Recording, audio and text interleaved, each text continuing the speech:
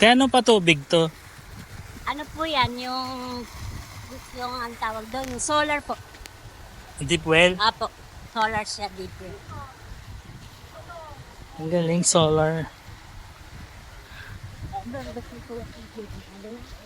Kabady nga.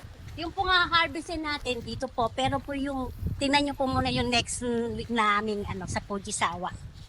Ano po ibig sabihin ng Fujisawa, ma'am? Yung po yung variety ng melon. Ah. Fujisawa.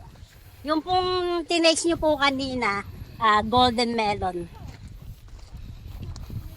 Ate, bago ba tinayo yung structure na to, dito ba yung yung mga namamakyaw na melon dati?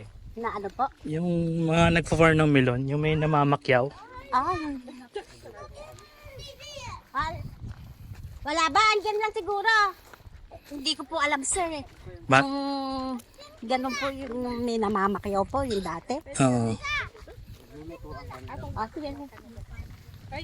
Kasi po nung alam ko po ito, yung pong dating yung ito, yung may kumukuha po niya sa mga mall. Ah, sa mga mall. Opo. Ito yung dinadala sa mall. Apo.